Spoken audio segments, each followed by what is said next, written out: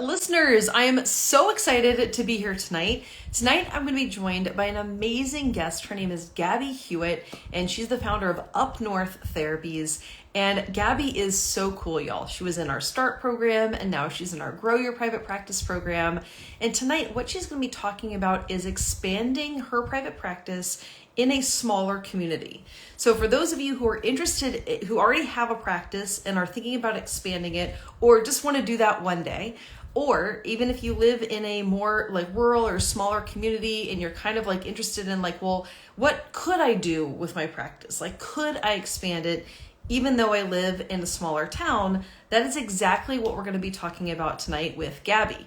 So as we're waiting for Gabby to come on, she'll be here any second. What I would love for you to do is just to write any questions that you have at all about expanding your practice or about, anything at all to do with private practice. I would love to answer those questions, and Gabby will be able to answer them for you too. So let me go ahead and bring her on. And again, as we're talking, write any questions in the chat so that she or I can answer them. Perfect. How's it going, Gabby? Good. How are you? Fantastic. Happy Thursday. Happy Thursday. My Friday. That's right, which is something I want to talk about for sure. So what I would love to do to start us off is, I've gotten to know you a bit through the programs and everything, but our audience doesn't know you yet. So can you go ahead and introduce yourself and please share your name, your location, and the name of your private practice? Yeah, so my name is Gabby Hewitt. I'm located in Carrington, North Dakota. So for anyone on a map, center of North Dakota. Easiest way to say it. And then I own UpNorth Therapies. I love it. And I was so actually excited when you joined our programs because, we get people all the time, like in Texas and California and Florida and whatever else. I am always so happy when states that have like lesser populations of people and greater area for people to try to travel to therapies when people sign up, because then, I know that someone is really bringing a much needed service to their local area. So that's something that I would love to touch on. But before we get to that, can you please share a little bit about like kind of how you got into this profession? And then at what point did you start thinking about private practice? So my entrance into speech pathology is kind of a unique one, so I actually love sharing it. So my mom, when I was in 8th grade, signed me up for competitive speech.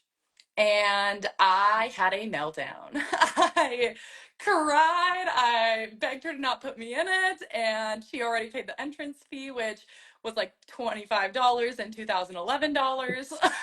And so to me at that time, I was like, oh my goodness, she already paid. I have to do it. I'm committed. And my personality was like, I'm in it now. But I was terrified of public speaking. So much so that my first practice session took me 45 minutes to say the first line. The speech is only 8 minutes long, but it took 45 minutes just to say the first sentence. But it turns out that I actually had a talent, if you will, or gift for speech. So I eventually became a state champion in that, but it was along that journey that one of my mentors, and competitors who I went to school with, she went to be a speech pathologist, or was going to be a speech pathologist. And I was like, what is that? What, you're telling me we can make a career out of this? Just like talking to people? And ever since I was a sophomore in high school, I knew what I wanted to do. And I love that. Yeah. That's great. Well, isn't it interesting? Like, I feel like speech is one of those fields that like either people get into because like maybe they have like a relative or a friend of the family who either got speech or was a speech pathologist.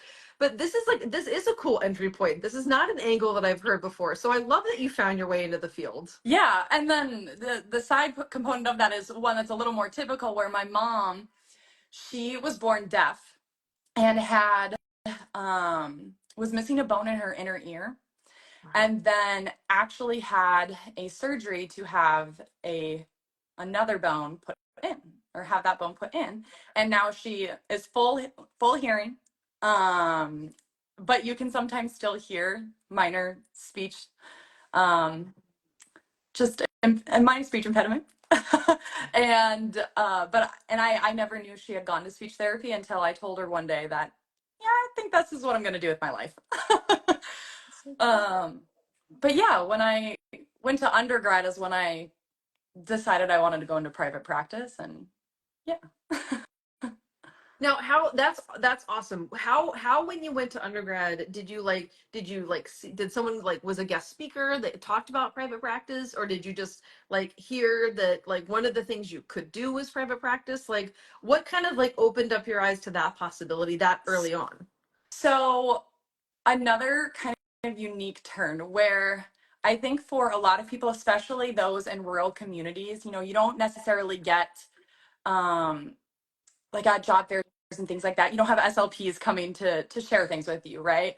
And then in North Dakota in general, there aren't a lot of SLPs that do go and speak publicly at colleges and stuff. There are a couple, bigger practices, but not very many. And I'm originally from Portland, Oregon, or I was born there, I shouldn't say.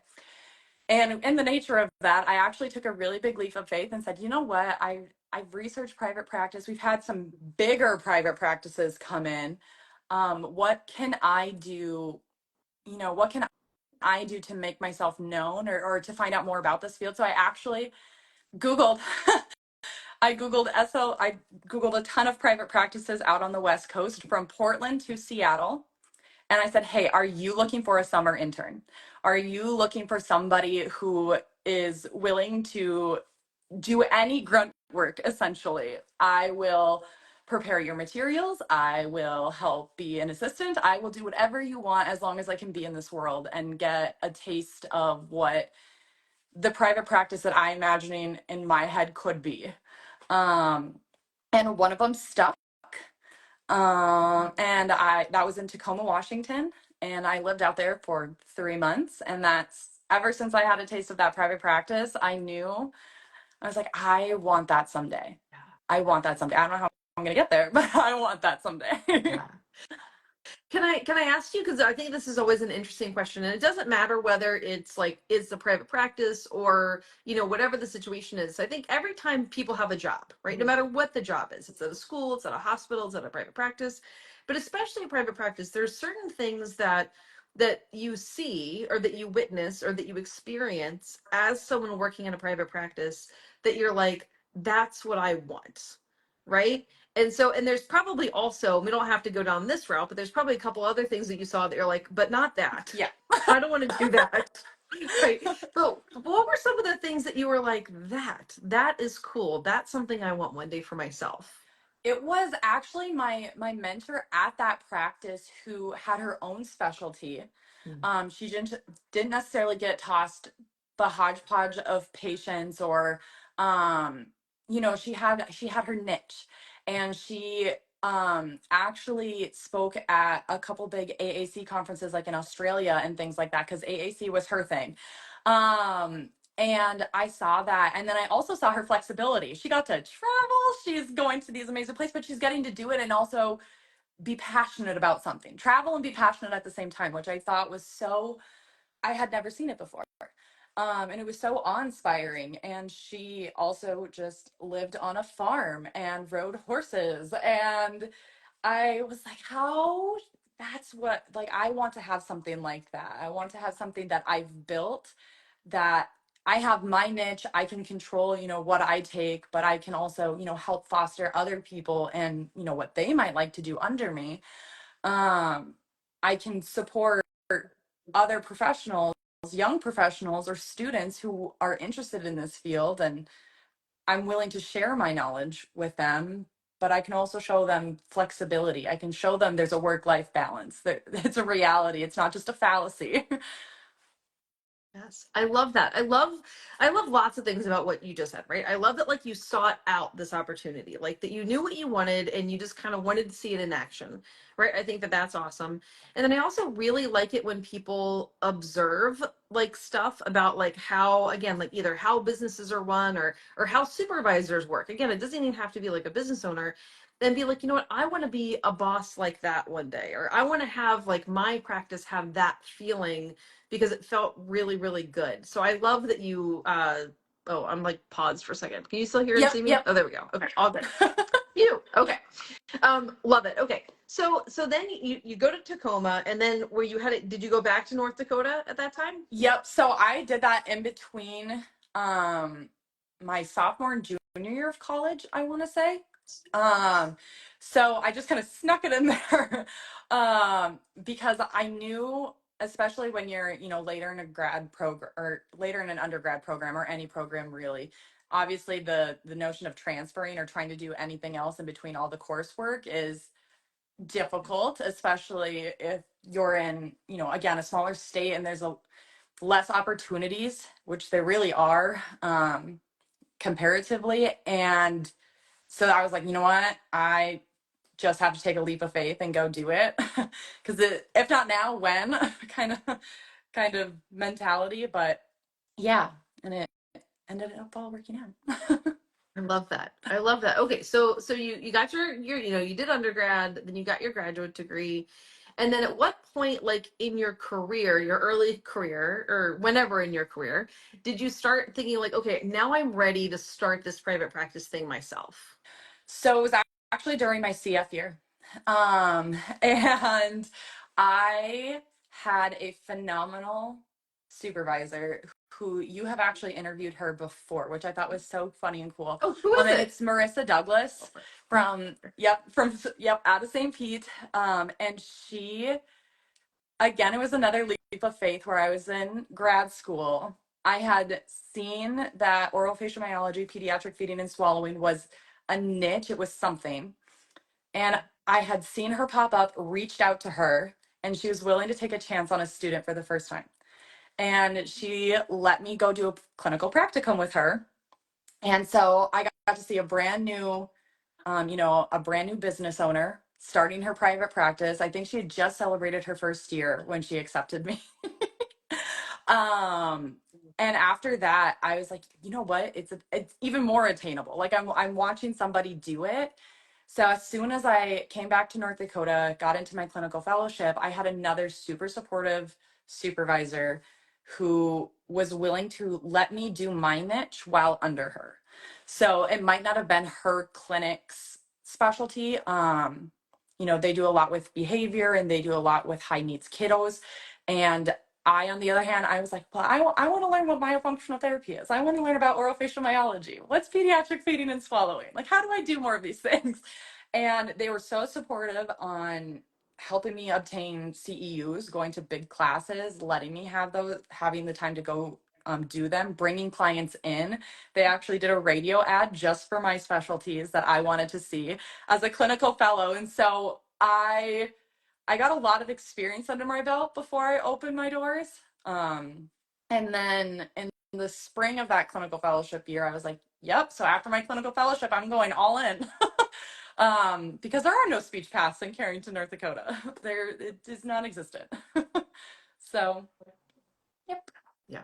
Well, and I think that that's so important. Like I can't tell you the amount of people that I've heard that are in a very similar position as you, right? That they live in, a small town or a more rural community, that there's literally just nothing for the people there, right? Either there's like nothing at all in the immediate town and people are having to travel far, or what's happening more likely is just that they're going without Yep. services, right? And especially if you care a lot about the people in the town that you live in, which, most people, especially SLPs and OTs tend to do, like you want to be able to bring those services to your people so that they don't have to travel, so that they don't have to go without these services. So I really love that you did that you decided, you know what, if kind of like what you said before, like if not now, when?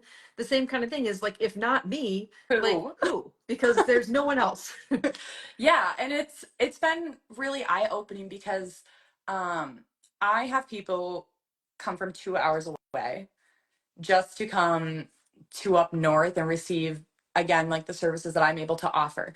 There are some clinics in Fargo and Bismarck, North Dakota. Again, they're 2 hours away from me, who do offer services that I do, but I've taken a lot of certifications, a lot of trainings to be the level that I'm at and be able to network with the providers that I have. And that's a level that I don't think isn't commonly seen in those places, which is what makes me so different But at the same time, that's a 2 hour drive for those people. Even though I do see people virtually, I mean, my town, in either direction you go, it's 45 minutes to the nearest Walmart, kind of situation. And there are clinics in those places as well. But again, they already have a mass need as it is where they're at, let alone all of the small rural communities around us that essentially, as you said, they're probably not going in at that point. It's just having to go without and accept that. But I knew that we shouldn't have to accept that. Yeah. Oh, totally. Absolutely. I mean, there's a problem with like there's just not enough providers all across the US, right? Like I mean, I'm in Boston, right, which is a very, populated city, right? But even in a place like Boston where there's more people, yes, there are definitely a lot more providers, but there's actually still not enough providers to meet the needs for the community, right? Which is why, one of the reasons why I'm so passionate about private practice, like one of the reasons obviously is like for the clinician, right? So that you and listeners, all of you too, can have that freedom and flexibility and fulfillment and finances that you want, right? The flip side of that is for the clients, right? There are so many people who are, stuck on wait lists or going without services that, for clinicians who are like interested in doing this, like think of all of the good that you can do for your local community or for teletherapy your entire state or even like other states.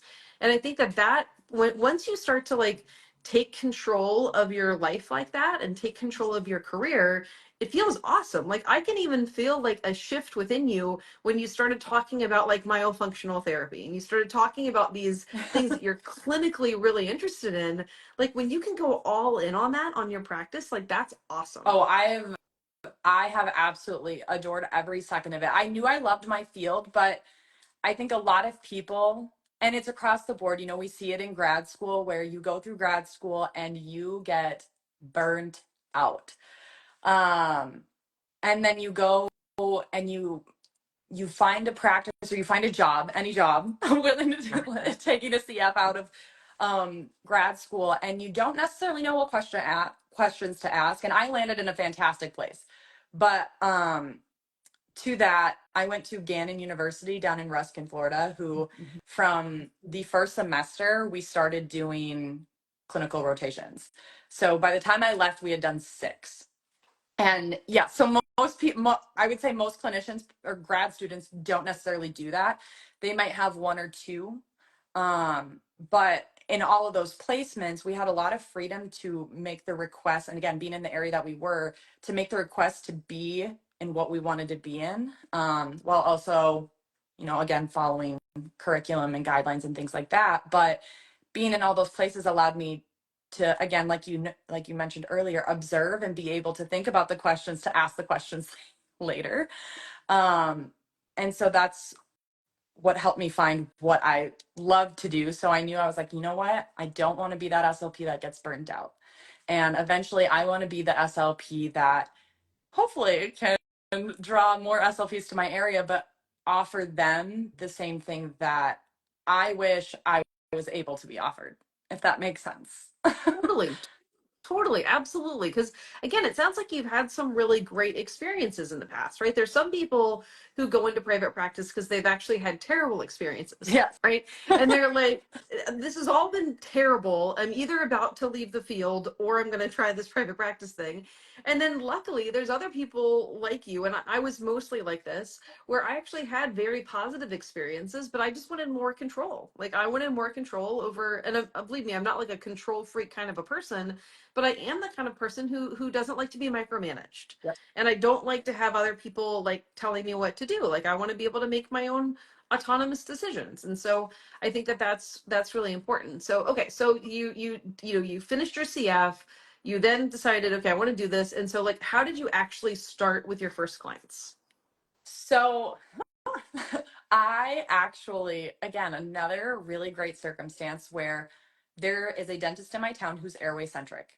And he started asking the questions while I was in grad school on, hey, do you, and again, small town, so our providers are really comfortable. And I, because of speech, tend to be a very personable and overly chatty human.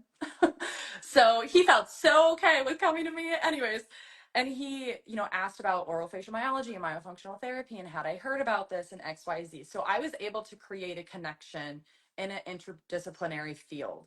And when I wanted to come back after doing and starting the Start Your Private Practice program, I got everything in place. And he had just renovated the back space. So his dental office, and then there's another part of his building where he had built 3 offices. And they're just 3 single offices. And I was able to rent one of those.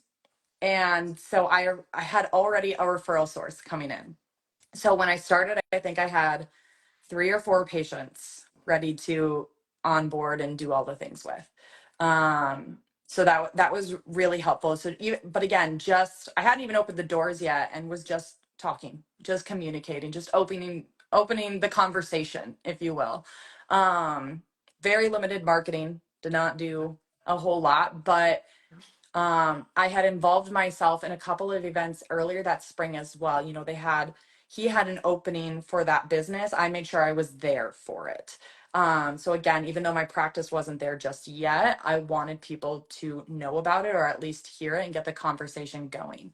I think I started like social media and just kind of, again, started like popping it out there that I was coming back and I was going to be opening the practice, and these are just a couple things that I do because I know it's a rabbit hole.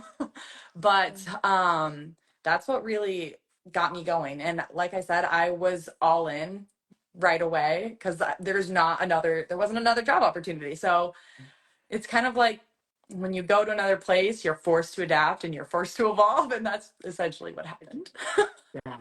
When I love that. And as you were talking about that, first of all, like how cool that not only did you have this interest and like, budding specialty, I suppose, or, working on having that be a specialty at that time, but like that you found a like-minded dentist who then could be a great referral source. And that made me think too, like, in my programs, I talk a lot about word of mouth marketing and like how to make sure that there's like awareness of your practice. So and then I think it's great that that you went to like some of like his event and like you just kind of showed up to like get on the map. But and tell me if I'm wrong about this, but I would imagine that word of mouth marketing is a lot easier in a really small town. Is that true? Oh, yeah. Yeah. So it's so much easier. And in a small town as well, obviously I grew up here. So I 22 years of my life I spent in this town. This whole town has grown up with me. And obviously there's only so many things that make the paper in our town. So throughout growing up, as I was getting really good at speech, people already associated me with speech. So while I was, anytime that we would have like a speech meet, or we would go to state, or I was in 12 different organizations when I was in high school. Every single one of them I was on an exec board for. So it was constantly speaking. So as a younger individual, my name was already out there and associated with, again, just the professionalism and speech and all the things. And then I think now it was a lot easier for people to see me and then say, "Are you coming back? Are you opening a business? Like, are you doing that?" And I would, "Yep, that's me." So you literally like tell me if this is true or not. Did you literally bring speech therapy to your town? Our school has speech services. I believe our school has one SLP, and she's actually another mentor of mine who had graduated from the same undergrad that I did, but she went to grad school at UND. And she's fantastic as well. And then it's all about small connections in North Dakota. So somehow we all know each other. The practice that I worked under in Fargo for my CF, they actually, one of their owners was the SLP in Harvey. So between Harvey and Carrington, those 2 SLPs I have close connections to, but those 2 are really the only few SLPs in the schools for kind of our entire area. Yeah. Yeah. And But with then if that, you wanted to get therapy outside of the school, oh yeah, it sounds like you're non-existent. out of luck, right? Yeah, So non-existent. basically, yeah. See, so that's awesome, right? So yes, they had speech therapy services through the local school, But if you needed anything outside of that, like myo, right? They're not doing myo in the school, No, right? no, And they're so not like, doing feeding in the school. They're not doing, and our school, again, you imagine rural communities, and I'm sure you were about to touch on this before I just stopped you, but obviously school services are very different than private practice. They're two totally different modalities or treatment approaches in my mind, two schools of thought. And so many of the kids that would absolutely qualify in a private practice are considered very borderline, or they can't take them. So at that borderline, they don't qualify for services. When we play that game, or they aren't necessarily allowed to touch on literacy or feeding or things like that. So yeah, those services would be absolutely non-existent unless yeah. you traveled at least 45 minutes.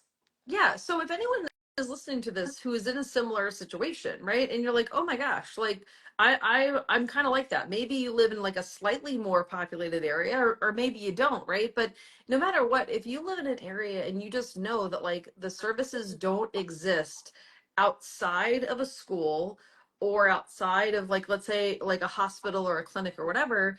So like if you're going for services that are a little bit different, right? Things like feeding, like myo, like maybe I don't think this is what you do necessarily, but like dyslexia services, or something like that, like or fluency, right? Like you may be just kind of like out of luck, like your kid might be out of luck, and like that's kind of terrible. So for anyone who's listening to this who's like, oh my gosh, like I actually have been meaning to do this for a while, and I actually do have an opportunity to bring therapy services to a community that is currently going without, then get on that, Yeah. right? Go do it. Yeah, and I mean, up until quite literally a month ago, I just started opening the rest of the business in terms of starting to prepare for marketing. Starting to prepare for marketing. Still haven't actually started marketing, but there's just that big of a need. Like I haven't had a need to market, and that's also on me for feeling maybe like a little bit scared to market, because I'm afraid if I do market, I won't be able to fill the need, because at that point I'll need another SLP. Again, we've talked about very, very non-existent. um, but yeah, there's a need across the state. And I think, especially for small areas, the biggest part is that they don't know. Like a lot of outside people, they don't know what services we offer or what exists or anything like that, and they want to know.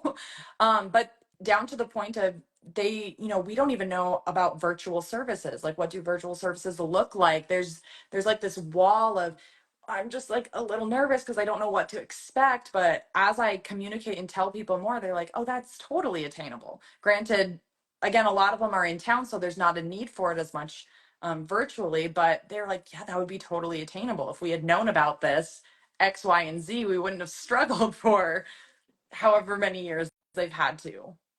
Yeah, yeah, that's right. So I love that. I love everything about that. And I just think that what you're doing is really special and is really, really cool. And so like tell people like what is your private practice like, air quotes look like these days in terms of like, what you've already kind of touched on like what kind of clients you're seeing, but like how many days are you working, or like what's your schedule kind of like, or that kind of thing. So my practice is open Monday through Thursday.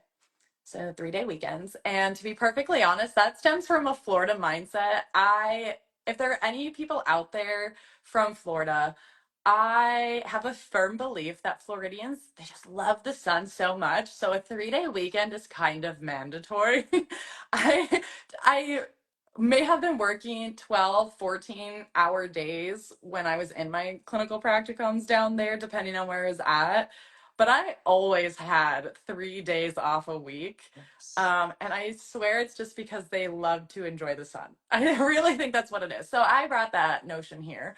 I was like, you know what? No, 5-day work week, not for me. And especially if those 4 days I'm giving it my all to my patients and I'm managing everything and I'm being a clinician and all of the other hats associated with it, we kind of just are 3-day weeks or 3-day weekends.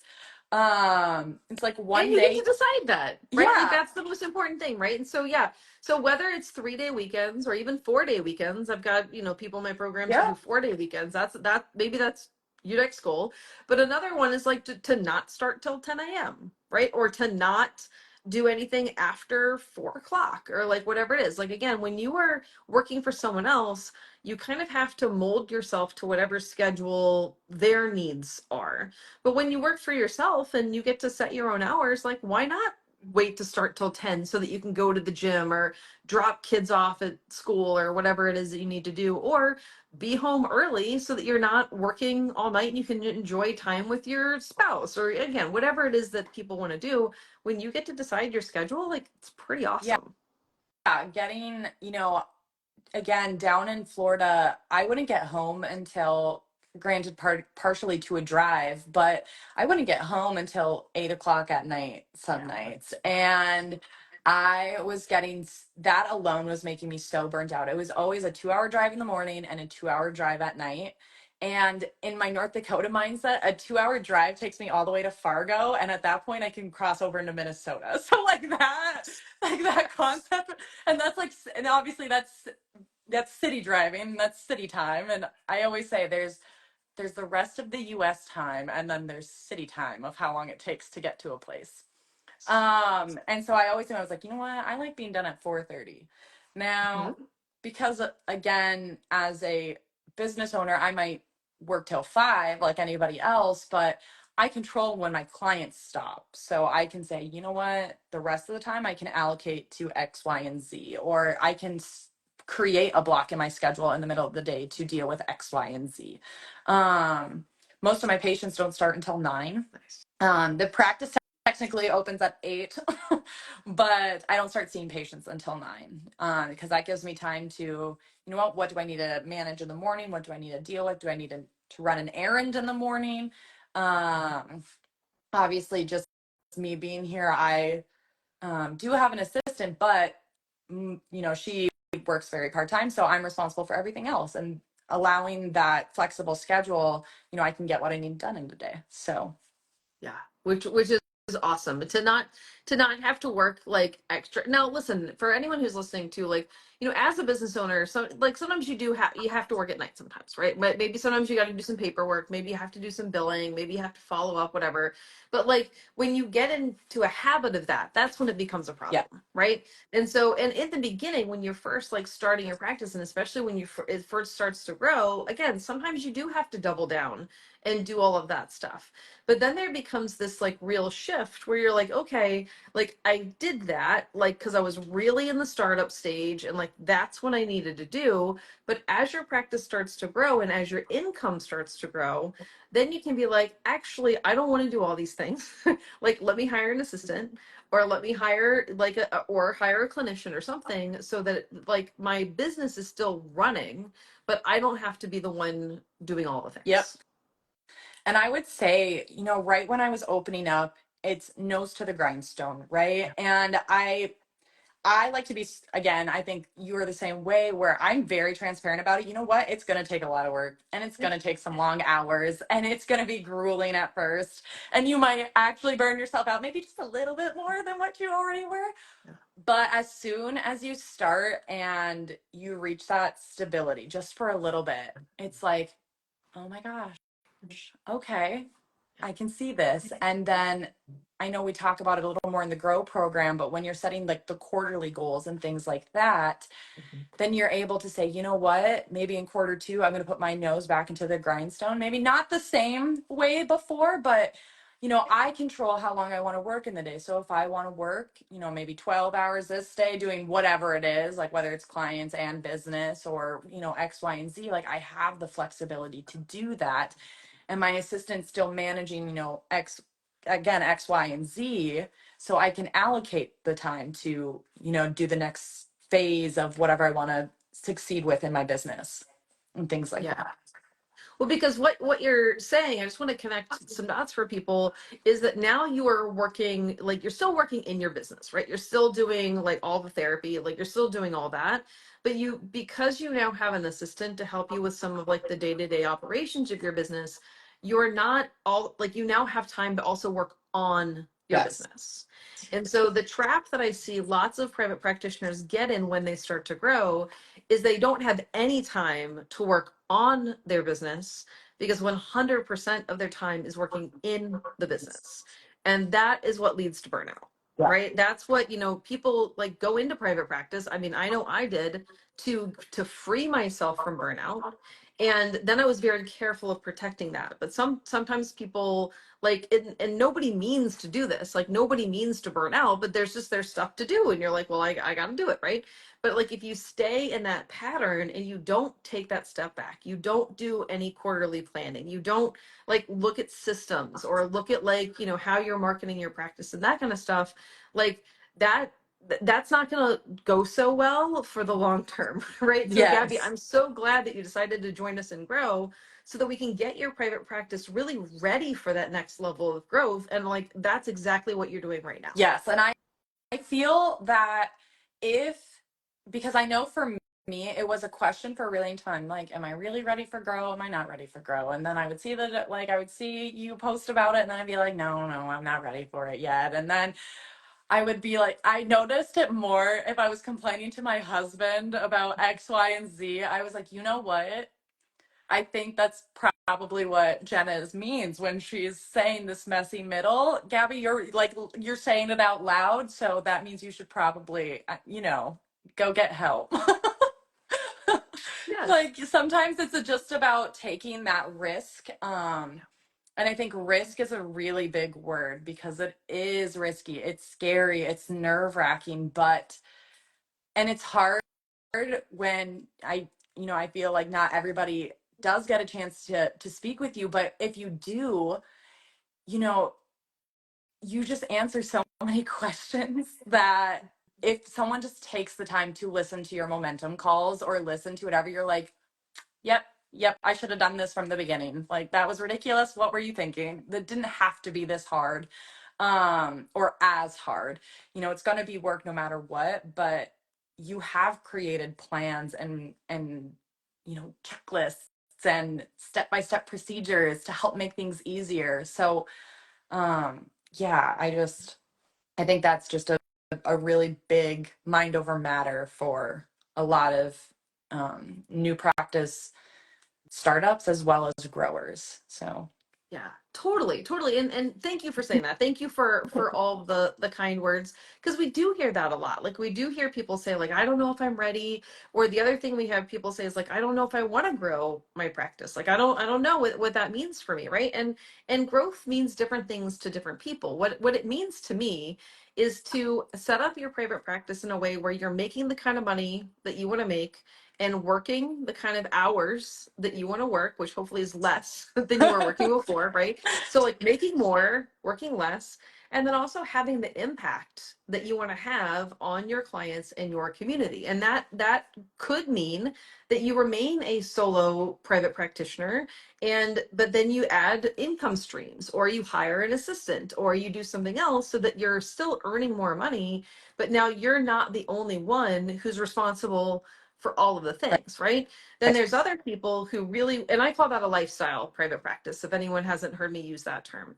The other way to do it is to have that more traditional practice with like, the larger brick and mortar and then either, a single disciplinary, multidisciplinary, multi-location kind of a practice like that. That's another way to do it.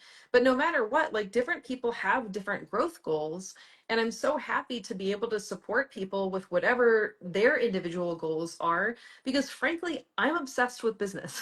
Like anyone who's seen all of my business books, like this is for better for worse, y'all, this is all I think about. Like Gabby, I'm getting the sense that like kind of all you think about is like myofunctional stuff and feeding. Is that kind of true? yeah, so it's very much like, again, it's very much the oral facial myology, but a lot like you. Like I'm obsessed with like the business side. Like that's my type A side, and then I do have my, like, I'm not always super structured like that, but I feel like I love learning the business side of things. And yeah, I'm sure we'll touch on it maybe still, but like the way that you open up those passive income streams as well, or just those other streams, and you're able to again back off some of those bigger, what do I want to call? I don't want to call them weights, but in the clinical services, and you're able to add some breaks into what you're able to do with your day, and you're able to feed other passions and other hobbies and other things, which I think is also huge when you think about growth and how growth looks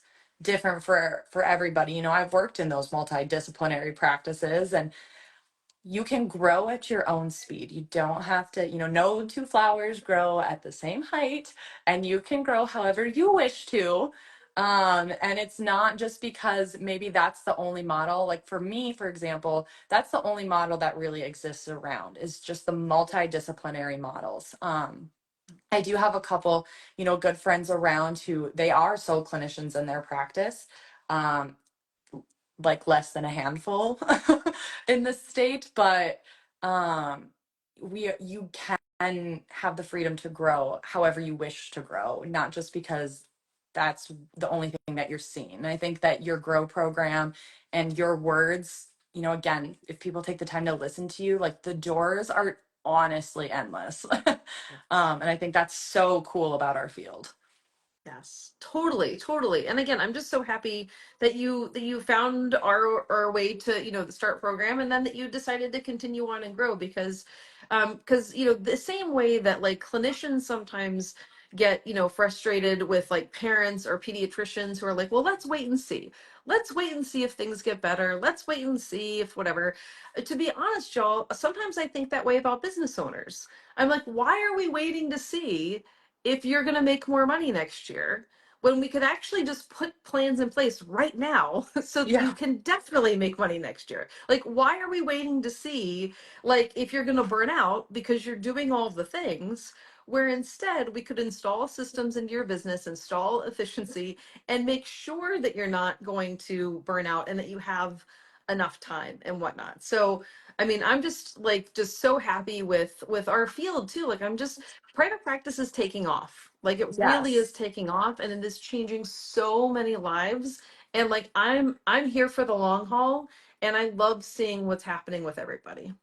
Same. I have ever well, first of all, living in Florida was one of the greatest gifts ever, because I've met so many fantastic people who I then see who they're following maybe on social media. And now, for example, like Theravolve Wellness, like and social moguls, and they're sipping socials. And now I'm just jealous that I don't get to be down there and be a part of those things that now Marissa goes to. And I'm like, ah, but I get to see these, like, like, and you, like, these powerful women getting to create and develop something that's their own, from the ground up and from scratch. But all SLPs, all doing totally different things, and being successful at it. Again, not one of them, I would argue, grew in the same way or built it in the same way, or now are specializing in the same thing, but they get to feed off of each other and develop something new, or develop something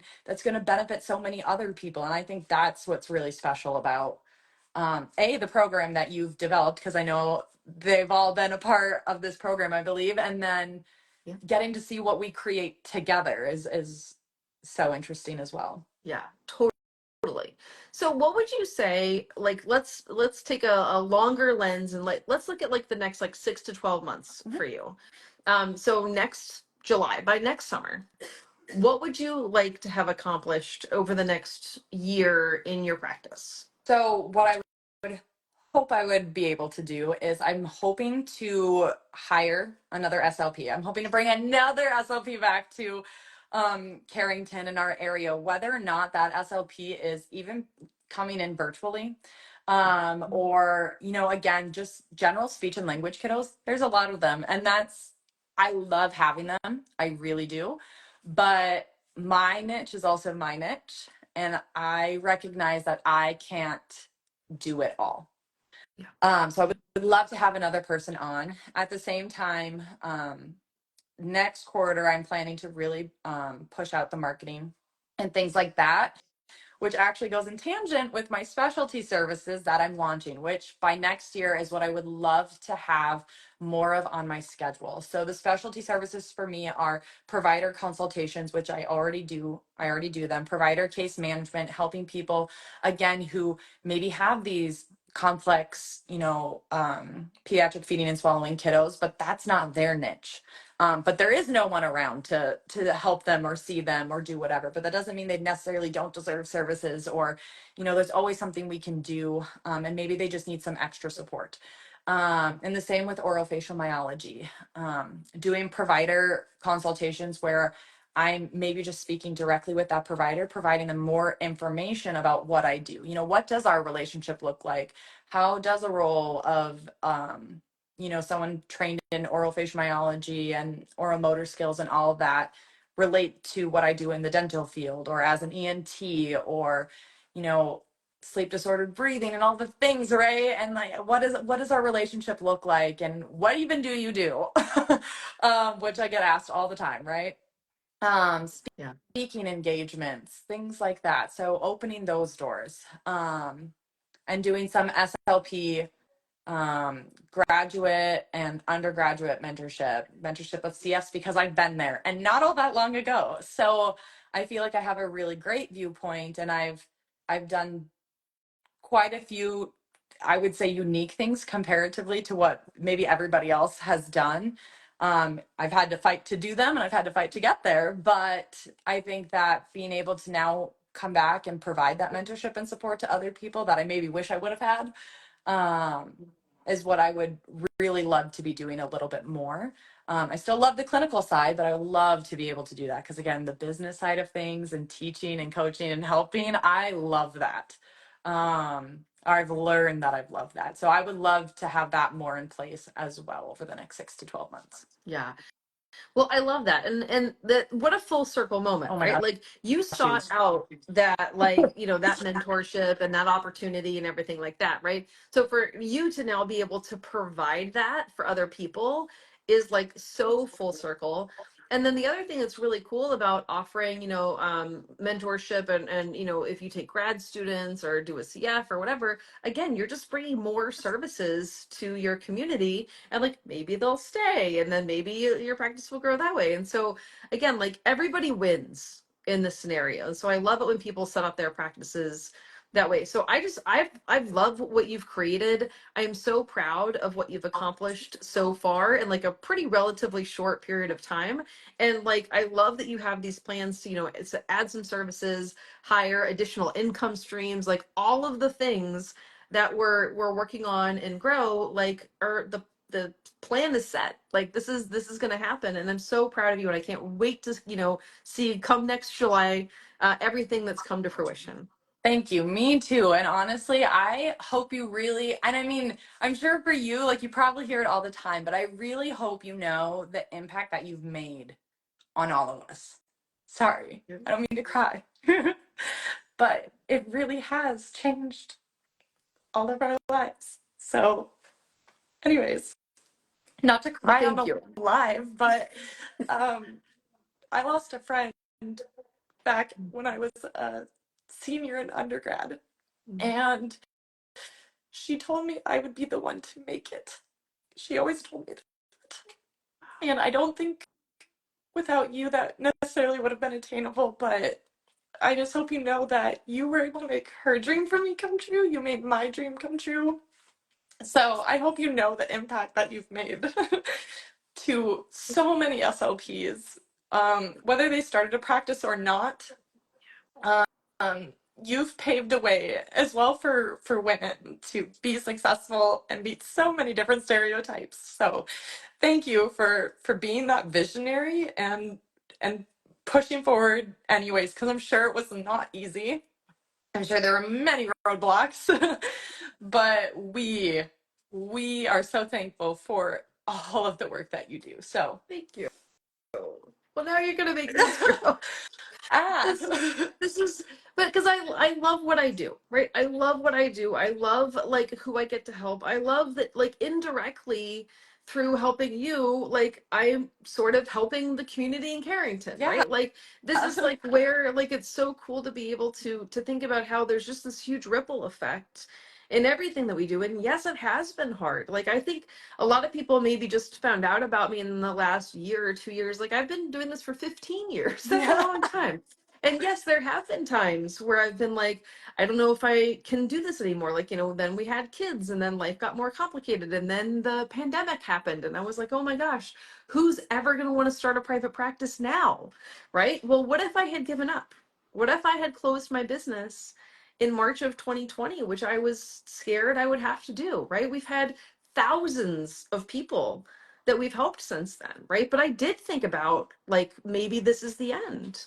But I had a mentor. I was in a coaching program, and my mentor, kind of like me to you, my person like that, told me, she said, Jena, go out there and lead your people. Like your people need leadership right now. They need someone to go out there and help them be able to accomplish what they want. They need the vision, they need the information, they need someone to do that. You are that person. And she literally told me, like, hang up from this coaching call we're on right now, go do an Instagram live, a Facebook live, like put your big girl panties on and go out there and change the world. And I was like, Okay. okay, well, Caitlin told me to do it, so I guess I should do it. And so, so thank you for saying all those kind words. But I think that there's lots of times when we are either starting or growing businesses that things do get harder. They do get a little bit tricky. Sometimes the decisions are decisions that we've never had to make before and maybe not feel fully equipped to make, which is why it is important to learn from people who have done the things that you want to do and to be in communities with people who are doing the same stuff that you want to do and who are either at your same level or above your level and can really show you like how to achieve your goals quicker and faster. And that's what I do. And so thank you for recognizing that. And this was a lot of fun. Yes. Can you tell everybody where to find out more about you? Yeah. So if you're on Instagram right now, if you go to the link in my bio, you're able to access our website. We'll actually take you to a link tree. And from the link tree, you can go pretty much anywhere. You can go to Facebook, you can go to our website. And on our website, we have so many things. So, you can fill out a referral form for providers if you're interdisciplinary. There's testimonials for other people who have already been at UpNorth, because I keep trying to push those. But yeah, and our website pretty much has everything. Our social media has everything. They're all monitored. And we do a lot of engagement with everybody else. So, yeah, we would love to be able to connect with you. And for any providers that are in the state of North Dakota, which I actually think I just saw one already pop up on my phone, I love having virtual coffee dates as well as in-person coffee dates. So, yeah. Love it. I love it. Well, thank you so much for sharing your story with our listeners. Thank you for being part of our programs. Thank you for bringing the services to the people that you care about through your private practice. And thank you everyone for watching and listening. And we'll see you next week for another episode of the Private Practice Success Stories podcast. So thank you, everybody. Yes, thank you, Jenna. Have a good night, Thanks, guys. yeah. You Bye. too. Bye.